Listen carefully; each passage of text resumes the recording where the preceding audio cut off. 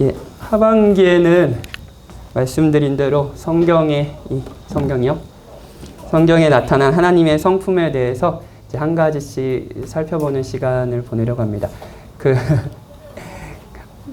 오후 예배 이 시간을 좀 어떻게 교회 전체가 유익하게 보낼 수 있을까라고 해서 이런 설교를 했으면 좋겠다라고 이제 목사님이 이제 권유를 해주시거든요. 그래서 아마도 하반기 때는 청년부, 장년부 다 같이 하나님의 성품, 하나님이 어떤 분이신지를 좀 듣는 시간을 보낼 것 같습니다. 질문하면서 시작할게요. 질문을 하면서요. 그리스도인에서 가장 좋은 게 뭔가요? 가장 좋은 게. 나 그리스도인이에요. 여러분들 이제 준영이 직장 생활하면서 이제 사람 만나면 전 그리스도인입니다 얘기하죠? 안 하나요? 해요? 대답이 자신이 없어. 그리스도인이어서 좋은 게 뭔가요? 좋은 게 뭐예요? 좋은 게 뭐예요?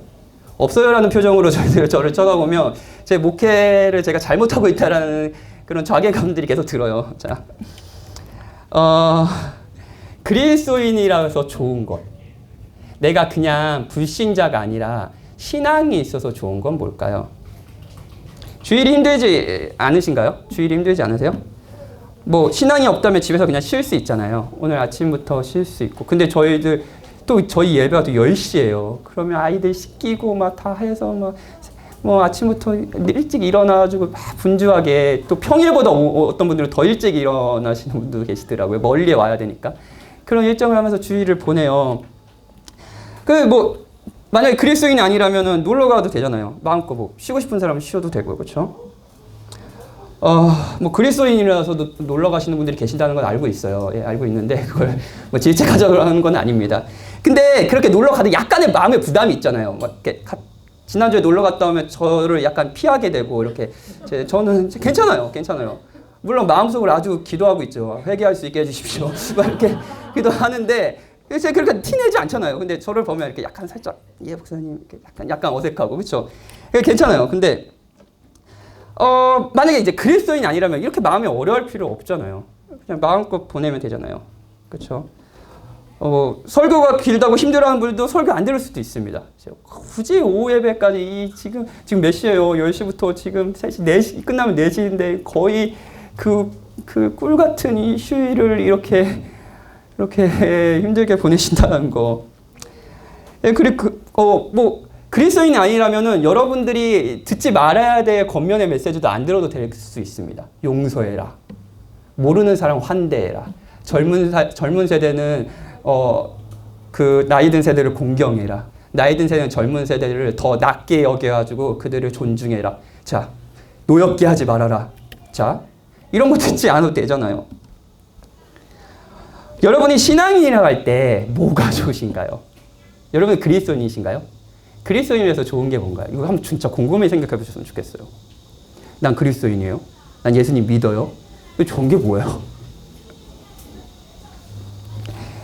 여러분 신앙인이라 할 때 뭔가 전에 하지 않았던 일들을 하는 것, 주일에 예배드리고 매일 경건 생활하고 이웃 사랑하고 이런 것들로 채워져 있다면 이게 신앙생활이라면 여러분에게 그리스도인이라서 좋은가요? 좋아요. 저희 교회에서 신앙생활 저희 교회는 이제 여러 목회자들이 가르쳐가지고 신앙생활을 열심히 하면 그래서 우리의 이런 아까 예배드리고 경건생활 열심히 해서 우리에 대한 하나님의 진실함 우리의 진실함 하나님께 보이면 하나님께서 우리의 원함을 들어주시는 것이 신앙생활이다라고 생각하는 사람들은 없으시죠. 이걸 일명 기복신앙 이렇게 부르는데 그렇게 생각하시는 분은 없으실 거예요. 있으시면 오세요. 저랑 같이 얘기해 봅시다. 근데 이런 신앙의 형태가 잘못됐다는 거 알 겁니다. 자, 복을 바라는 건 근데 좋아요. 근데 하나님 복을 안 주시나요? 하나님 복을 안 주시나요? 복을 주십니다. 우리도 오늘 오전 예배 때 처음 찬양, 우리 예배 부름을 듣고 우리가 다 같이 일어난 찬양이 뭐예요? 만복의 근원 하나님. 그쵸? 만복의 근원이에요. 세상의 모든 복의 근원, 기초, 복을 주시는 분이 하나님이시라는 거예요. 하나님은 많은 복을 주십니다. 여러분에게 필요한 물질도 주시고요. 뭐 다행인지 모르겠지만 우리가 만족하는 만큼 주시지 않아서 항상 매일같이 일용할 양식을 찾게 하시는 의도로 주시긴 하지만 그리고 뭐 마음의 평안도 주시고요. 미래도 소망도 주십니다. 자, 좋아요. 자, 좋아요. 이게 좋은 거잖아요. 그렇죠? 좋죠. 좋아요. 이 모든 것이 복이에요. 그런데 성경이 말하는 진짜 복은 뭘까요? 그리스도인이어서 좋은 게 그런 필요들 이런 게 하나님 앞에서 채워지는 게 여러분들 그리스도인에서 좋은 건가요? 그러면 여러분은 아직 기독교의 본질을 만나지는 못한 겁니다.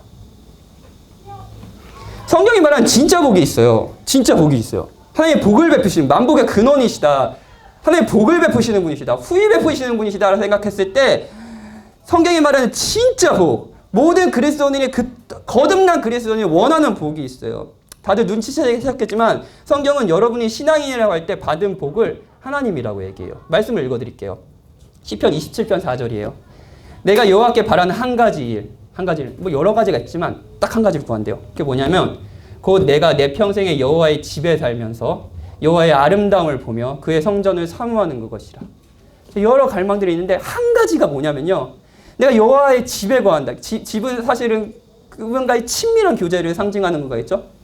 성화 공동체죠. 그렇죠? 그분과 친밀하게 거하면서 하나님의 아름다움을 보고 즐거워하는 것이 내가 유일하게 구하는 거래요. 또 읽어볼까요? 예레미야 애가는 사실 그 제목에서 알 수 있듯이 그 이스라엘이 죄를 범해서 이제 바벨론의 멸망을 받고 그 슬픔에 찬 노래입니다. 근데 여기에서도 이런 얘기가 나와요. 내 심령에 이르기를 여호와는 나의 기업이시니. 자, 기업은 재산이에요. 정확히 말하면 상속된 재산입니다. 자, 나의 확실한 재산, 내 미래의 안정이 보장될 수 있는 나의 소유, 그게 하나님이라고 하는 거예요. 모든 복의 복이 하나님이라는 거예요. 여호와는 나의 기업이시니 그러므로 내가 그를 바라리라. 자, 여호와가 나의 기업이시래요. 그러니까 그분을 바란대요. 이 주제에 있어서 가장 유명한 말씀이에요. 존 팔보 목사님도 이 말씀을 많이 인용하고 사랑하고요. 이정규 목사님도 진짜 많이 사랑하는 시편 말씀입니다. 들으면 바로 아실 거예요. 하늘에서는 주 외에 누가 내게 있으리요. 땅에는 주밖에 내가 사모할 리가 없나이다. 내 육체와 마음은 쇠약하나 하나님은 내 마음의 반석이시오 영원한 분깃이시라. 분깃 역시 상속받을 재산입니다. 재산 나의 몫이에요. 여호가 그렇다는 거예요. 내 마음은 쇠약해요. 막 여러 어려움들이 있고 마음이 무너지고 고난이 있고 막 그래요. 근데 여호와가 나의 기업이시라는 거예요. 내가 이런 상황을 버틸 수 있는 힘과 내가 결국 이 상황을 잘 극복해서 받고 싶은 복이 여호와라는 거예요. 우리의 버전으로 조금 적나라하게 이해할까요? 우리 버전으로.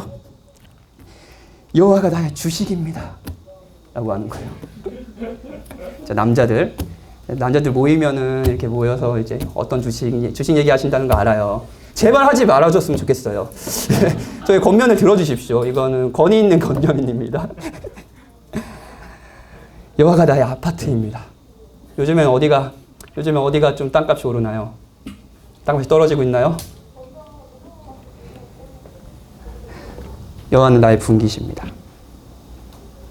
이 사람들은 속은 걸까요? 아닙니다. 이 사람들은 우리와 다른 경험을 한 겁니다.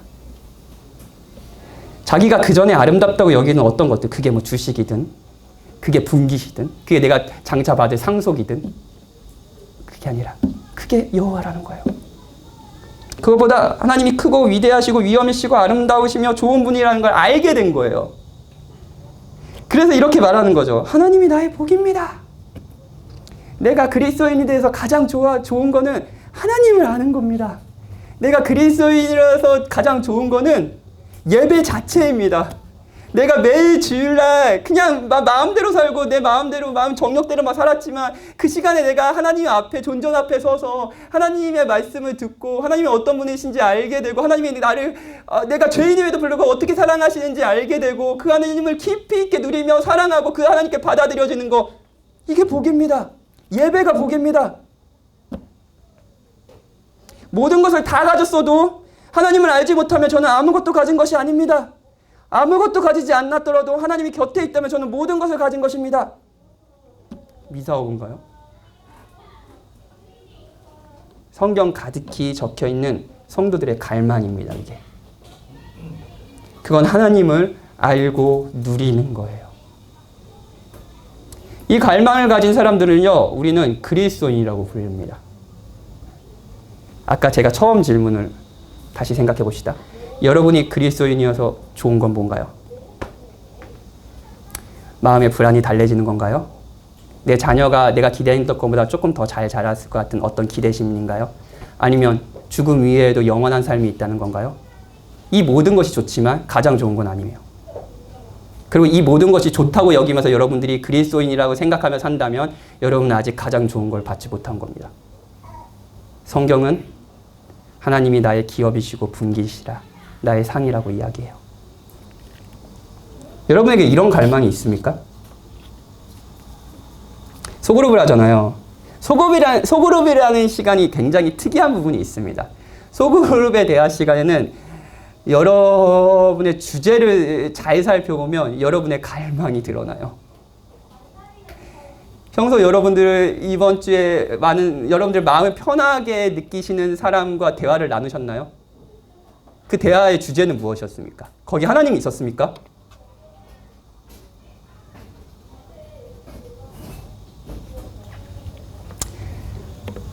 감사하게도 하나님을 알고 누리고자 하는 이 갈망은요, 하나님의 백성에게만 있는 것이 아니라 자기 백성을 향한 하나님의 원함이기도 합니다. 하나님도 원하신다는 거예요. 호세아서 6장 6절에 보면 이런 내용이 있어요. 나는 인애를 원하고 제사를 원하지 않으며 번제보다 하나님을 아는 것을 원하노라. 생각해 봅시다. 하나님의 제사를 원하지 않는데요.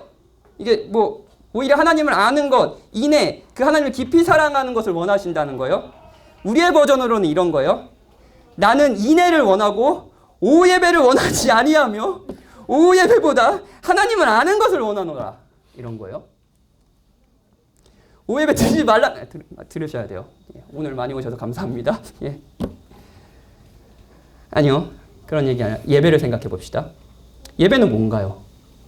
하나님을 알고 사랑하기에 그 하나님을 사랑해서 그분을 찬양하고 그분의 말씀을 듣고 기도로 찾는 거죠.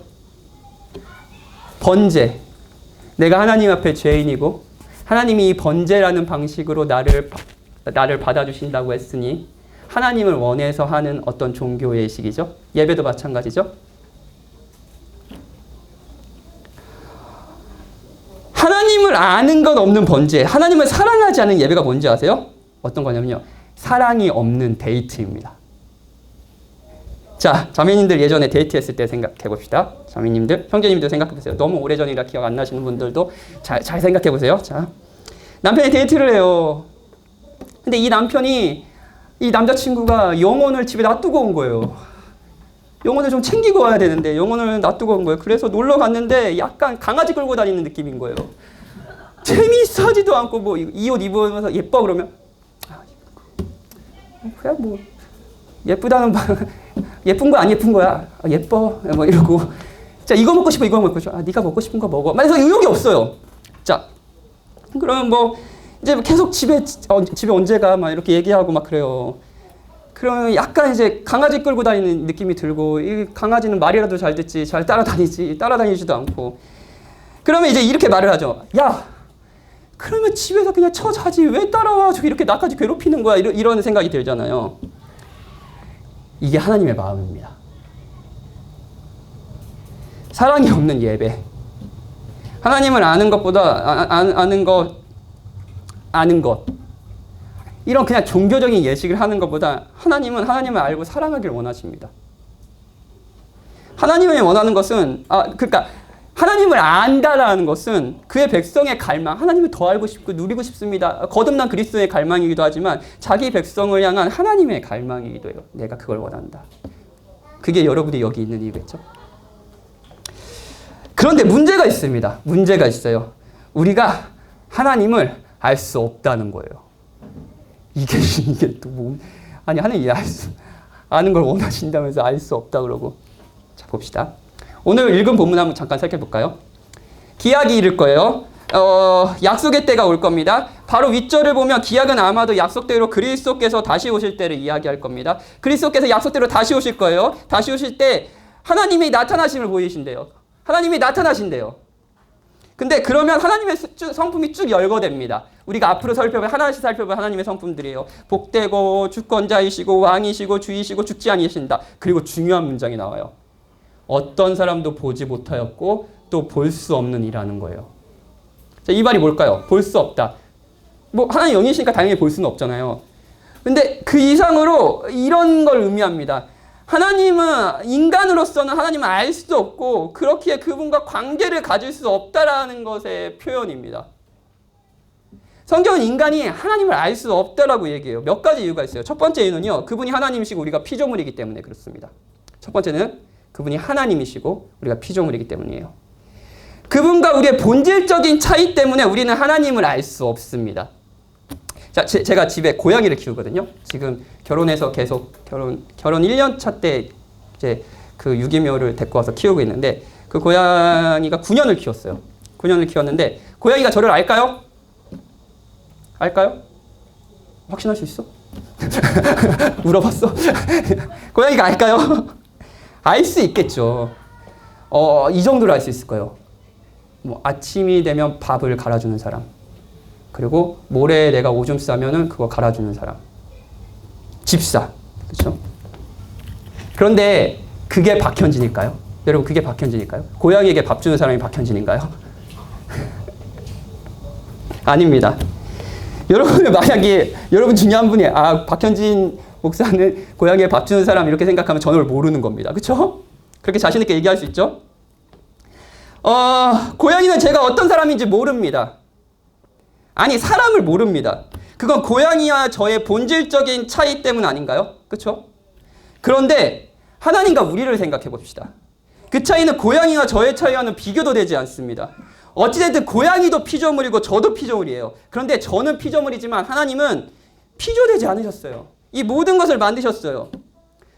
우리는 고양이가 밥 주는 인간 정도로 생각하듯 고양이가 밥 주는 인간으로 생각하듯 하나님을 생각할 수 있어요. 그런데 그건 하나님이 아니에요. 우리가 하나님을 알 수 없다는 겁니다. 본질적으로요. 스티븐 잡스는 아이폰을 압니다. 이제 죽었지만. 왜냐? 스티븐 잡스는 아이폰을 만들었으니까요. 아이폰은 살아있지 않지만 그냥 비유적으로 얘기한다면 아이폰은 스티븐 잡스를 모릅니다. 그렇죠? 마찬가지예요. 하나님은 여러분은 아시지만 여러분은 하나님을 몰라요. 이 본질적인 차이 때문에요.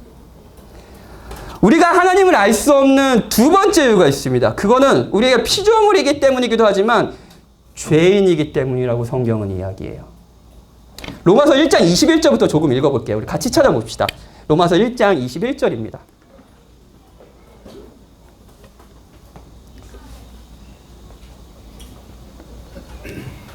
제가 쭉 읽으니까 한번 따라와 보세요. 21절이에요.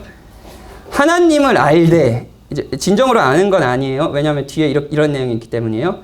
하나님을 영화롭게 아니하며 감사하지 아니하고 오히려 그 생각이 허망해지며 미련한 마음이 어두워졌나니 이런 얘기예요. 그러니까 하나님을 안다면은 하나님을 진실되게 안다면은 시편 기자와 같이 고백했겠죠. 여호와가 나의 분기십니다. 나의 기업이시라고요. 내 육신이 세전하나 여호와는 나의 기업이시고 분기이십니다라고 고백했겠죠. 다른 모든 것이 없어도 당신이 있으면 나는 좋습니다라고 고백했겠죠. 나의 한 가지 소망이 여호와의 집에 거하며 그의 아름다움을 영원토록 보는 것이라고 찬양했겠죠. 근데 그 하나님을 영화롭게 여기지도 않고요. 감사하지도 않습니다. 하나님을 모르는 거예요. 모르는 거죠? 이것이 죄입니다. 모르는 거예요. 자, 인간은 피조물이기 때문에 본질적으로 하나님을 알 수 없기도 하지만 무엇보다 죄인이기 때문에 하나님을 알지 못한다고 성경 전체는 이야기합니다. 그래서 성경은 한편으로는 죄인을 죽었다라고 표현하기도 해요. 소경이라고 표현하기도 하고요. 허물과 죄로 죽었던. 보지 못하는 거예요. 생명이 없는 거예요. 그래서 하나님이 여기 계신데 모르는 거예요. 최초의 인간은 이건 역시 은혜지만 하나님을 알 수 있었습니다. 하나님과 관계가 있었습니다. 관계가 있었어요. 그렇죠? 하나님은 동산의 모든 나무를 임의대로 아무거나 먹으라고 그랬어요. 하나님은 풍성하게 그들에게 많은 걸 베푸셨습니다. 그리고 그걸 보면서 그들은 하나님을 누릴 수 있었죠. 그런데 그들이 죄를 짓자 금지된 열매를 먹자 하나님이 경고한 대로 반드시 죽는다는 심판이 모든 인류에게 내려졌습니다. 자, 죽음을 생각해 봅시다. 죽는 거예요. 이거 육체적인 생명의 죽음만을 의미하는 것이 아니에요. 인식의 단절이고 관계의 단절인 거예요. 잘 생각해 봅시다. 제가 지금 살아있죠? 제가 살아있어요? 제가 살아있으면, 일단, 앞에 있는 우리 이석이가 있어요. 이석이가 저를 볼 겁니다. 그리고 저도 이석이를 보겠죠? 서로를 인식하겠죠?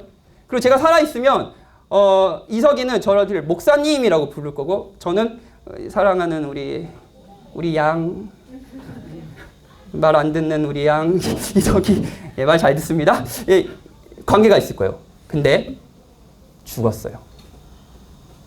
그럼 저는 이석이를 더 이상 보지 못할 겁니다. 이석이도 저를 보지 못하겠죠. 그리고 목회자와 성도의 관계도 끊어질 겁니다. 죽음은 그런 거예요. 인간이 죄를 짓고 반드시 죽는다는 하나님의 심판의 경고는 이루어졌습니다. 더 이상 하나님이 이곳에 계시지만 하나님을 알 수 없게 됐어요. 하나님과의 관계도 끊어져 버렸습니다. 그분은 영원토록 영원 전부터 영원까지 모든 것을 공급해 주시며 후히 베푸시는 하나님이시고 우리 아버지 같은 분이시지만 그런 관계가 다 단절됐어요. 이게 죽음이에요.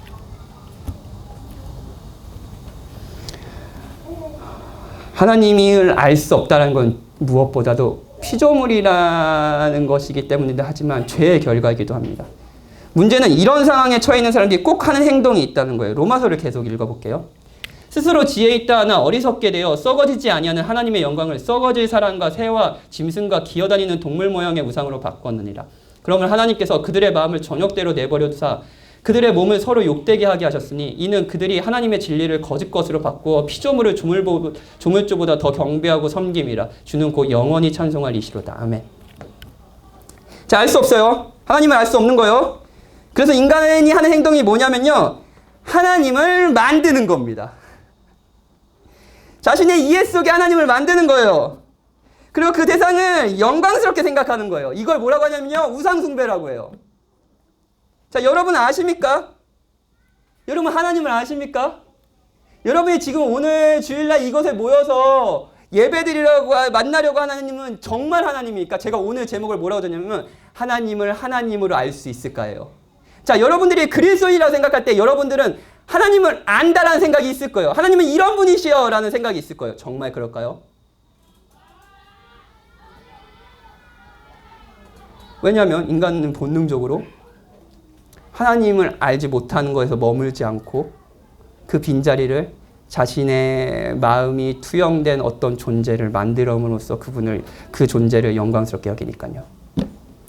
여러분이 지금 오늘 하루 마음을 다해서 예배하시고 찬양하고 싶고 하는 사람은 진짜 살아서 역사하시는 그 하나님이 맞습니까? 여러분 하나님을 하나님으로 여기고 있나요?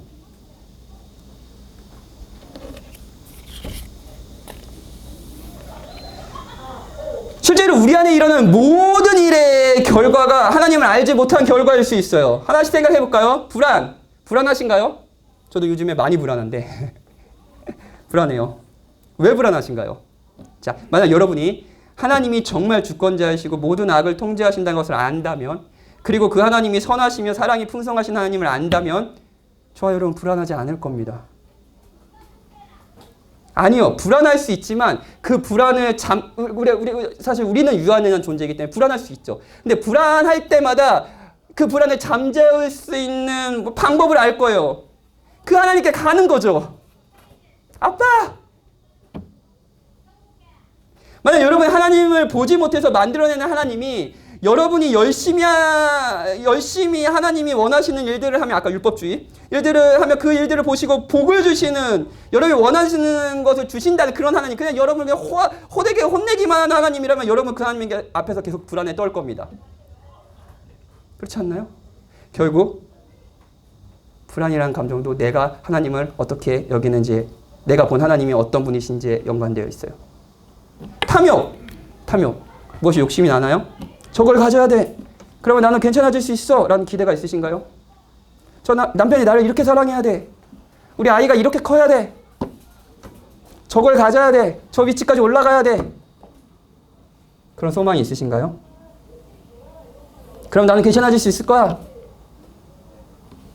그리고 너가 그걸 갖고 싶은 건 아는데 그 기대가 조금 과한 것 같은데 라는 이야기를 종종 들으시나요? 자, 좋아요. 그걸 왜 가지려고 할까요? 여러분 왜 그걸 가지고 싶습니까? 그걸 왜 이루고 싶습니까? 그게 아니면은 왜 여러분의 인생이 망한 것 같고 실패한 것 같이 느껴지나요? 이것도 하나님을 알지 못한 결과예요. 하나님이 좋은 것을 주시는 분 정도가 아니라 하나님 그냥 떡을 주시는 분 정도가 아니라 그리스도가 그분이 생명의 떡이라는 것. 모든 좋은 것보다 위에 계신 참으로 좋으신 기업이고 선물이라는 걸 알게 된다면 우리는 시편 기자와 같이 찬양하겠죠. 내 육체와 마음은 쇠약하나 하나님은 내 마음에 육체와 마음은 쇠약해요. 그게 어떤 이유인지는 정확히 알지 못합니다. 근데 여러 결여들이 있어요. 뭔가를 가져야지 나아질 것 같은 기대감이 갖는 삶일 거예요. 근데 그럼에도 불구하고 여호와가 나의 반석이고 분깃이라고 얘기해요. 분노. 이것 역시 하나님을 알지 못한 게. 여러분 이번 주에 화난 일이 많이 있으셨나요? 오늘 좀 요셉 이야기를 들으면서 여러분들 좀 여러분 가정 안에 일어나는 여러 갈등들과 이런 분노들이 생각이 나셨는지 모르겠어요. 자, 분노 좋아요. 분노. 이것도 하나님을 알지 못한 결과입니다. 여러분은 억울한 게 있나요? 자, 우리가 어떤 상황에서 이거 나 참 억울하다라는 생각을 할 때 이 기절을 생각해 보면 나는 정당하고 상대가 정당하지 못하다라는 의로움의 판단이 있습니다. 그렇죠? 만약에 나도 정당하고 상대가 정당하다면 우리는 억울하지 않을 겁니다. 그렇죠? 근데 나도 정당하지 않고 상대도 정당하지 않다라고 했을 때도 이제 억울하지 않을 거예요. 근데 나는 정당한 거예요. 근데 상대가 정당하지 않은 거예요. 그러면 억울하죠. 그러고 화가 나죠. 그렇죠? 자, 좋습니다. 여러분에게 억울한 일이 일어나지 않는다라고 말하는 것이 아니에요. 충분히 억울할 수 있어요. 하지만 하나님의 공의로우신 분이라는 것을 안다면 그냥 하나님이 정의로운 분이시다 라는 사실 앞에 하나님이 거룩한 분이시다는 사실 앞에 그냥 이게 그냥 어떤 정보 정도가 아니라 그런 하나님을 여러분 진짜 만났다면 그리고 그 공의 앞에 나도 정당하지 않은 사람이라는 것을 안다면 우리는 잠시 분노하고 억울하지만 가장 정당하신 분께 겸손하게 마음을 드릴 수 있지 않을까요? 그분 자신의 참으로 공의로우신께 이 상황을 맡길 수 있지 않을까요? 자, 좋아요. 좋아요. 여러분은 이런 하나님을 아십니까?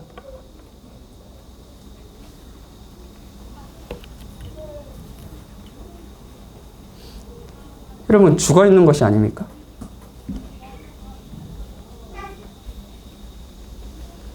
모든 것이 하나님을 알지 못한 결과입니다. 여러분의 가정에 다양하고 복잡한 일들이 일어나고 있고 관계든 여러 경제적인 어려움이든 이런 일들이 일어나고 여러 불안의 상황들이 일어나는 걸 잘 알고 있습니다. 자, 좋아요. 좋아요. 다 좋아요.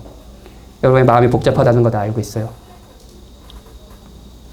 근데 결국 그 본질로 돌아가면 이 모든 것이 내가 살아서 역사하시는 참되고 진실하신 하나님을 알지 못한다는 결과예요. 여기 계신 분들은 다 하나님이라는 존재를 나름대로 안다고 생각할 겁니다. 근데 여러분은 하나님을 하나님으로 아시나요? 여러분이 아는 하나님은 그냥 여러분의 바람이 투영된 만들어진 분은 아닙니까? 이 시간 진짜 우리가 정직하게 해야 될 말은 제가 하나님을 모릅니다라는 것이 아닐까요? 그런데 복음이 있어요. 우리로서는 하나님을 알 수 없지만 우리가 피조물이라는 것과 그리고 우리가 죄인이라는 것 때문에 하나님께서 우리에게 친히 자신을 알리신다는 거예요. 복음입니다. 우리로서는 하나님을 알 수 있는 방법이 없지만 죽은 사람이 뭐래요? 죽은 사람이 보라 하면서 볼 수 있나요?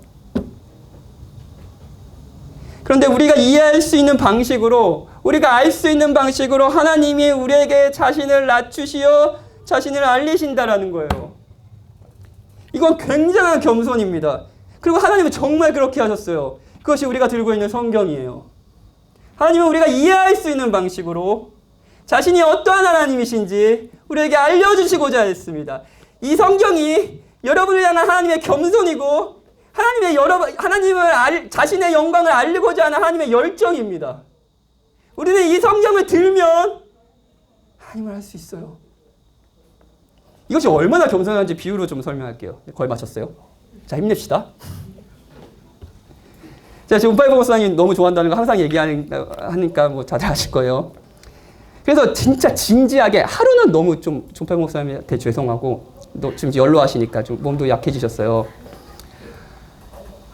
한 2시간만 좀 얘기를 좀 진지하게 삶에 대해서 목회에 대해서 이런 걸 한번 해보고 싶다. 아니 하나님 기뻐하지 않을 때 도대체 어떻게 해야 돼요? 막 이런 거 묻고 싶어요.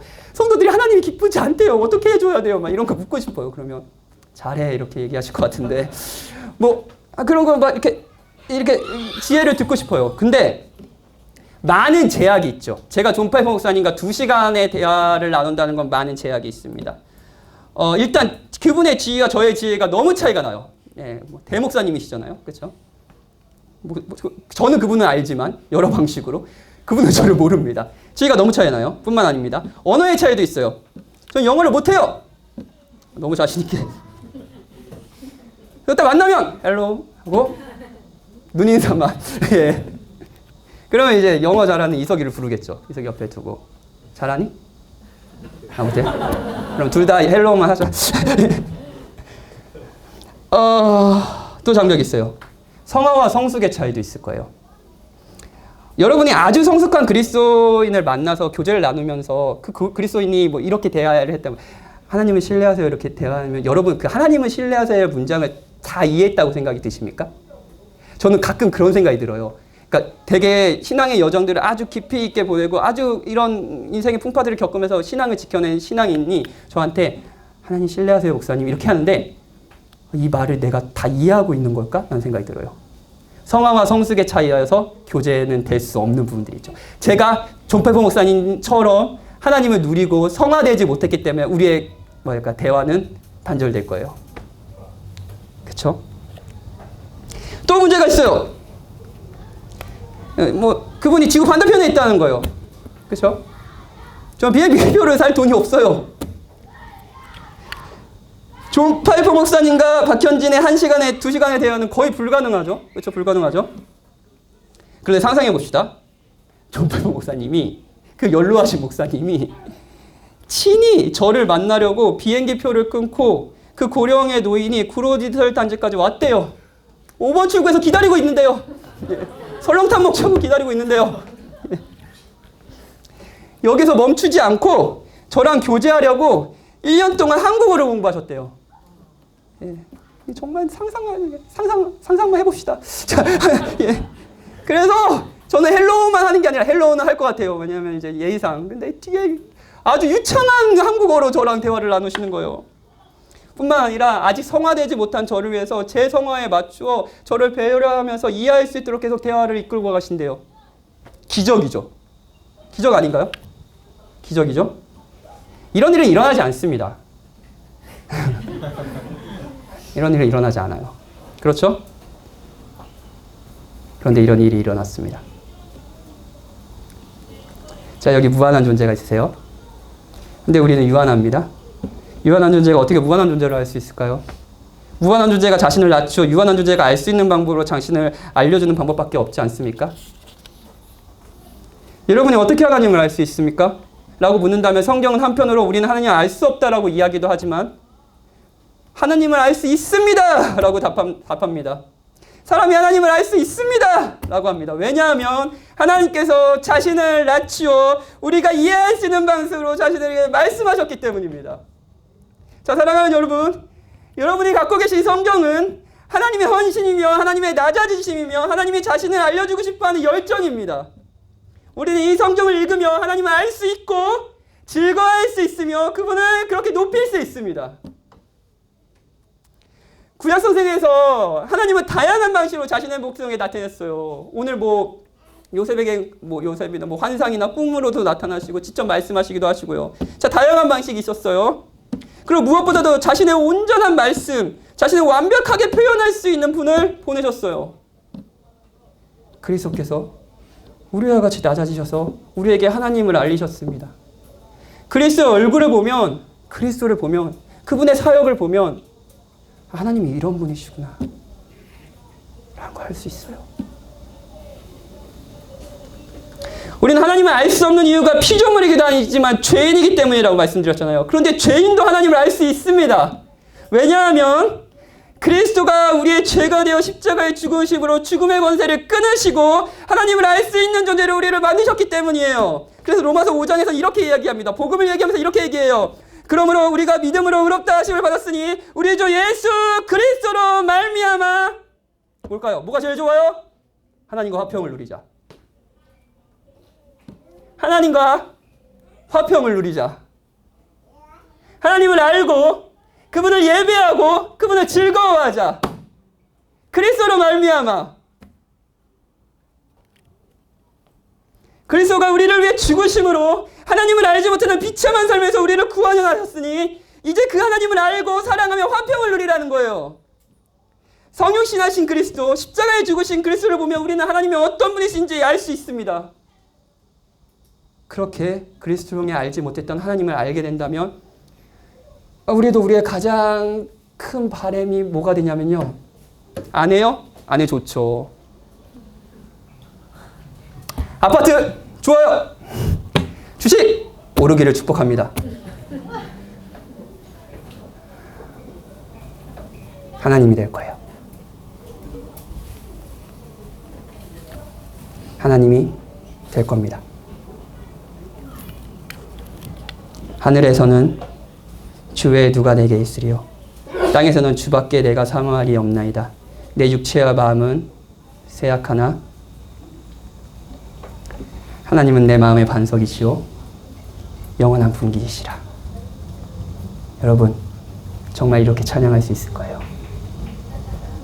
오늘 이런 일이 여러분과 저에게 일어나길 바랍니다. 주께서 여러분에게 복 주셨으면 좋겠습니다. 네, 같이 기도합시다. 기도하기 전에 제가 너무 오늘 아까 예배 전에도